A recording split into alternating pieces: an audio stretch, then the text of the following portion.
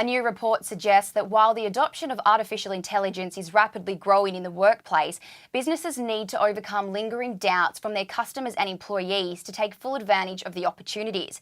The second edition of Genpact's research series AI 360, Insights from the Next Frontier of Business, explores the perceptions of three distinct groups that are critical to AI's widespread adoption in business: executives, employees and consumers.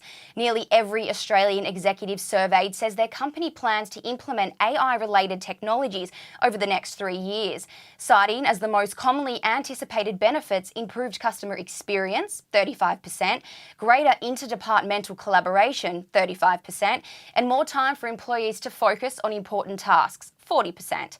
While the latest survey results show significant progress since the initial 2017 study.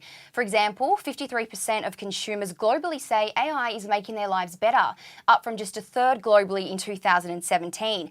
Australians lag behind their counterparts in the United States and United Kingdom when it comes to embracing it. Only 43% of Australian consumers surveyed believed AI is improving their lives, compared to 48% of UK consumers and 59% in the US. Concerns about personal data may pose a barrier for businesses to get their customers to embrace AI. 70% of Australian consumers say they don't want companies using AI that intrudes on their privacy, even if the goal is to optimise their experience.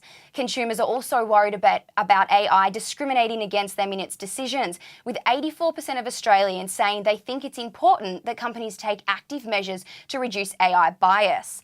While the good news is that most businesses are taking some action to combat AI bias, only 31% of Australian executives surveyed say their companies have a comprehensive governance and internal control framework.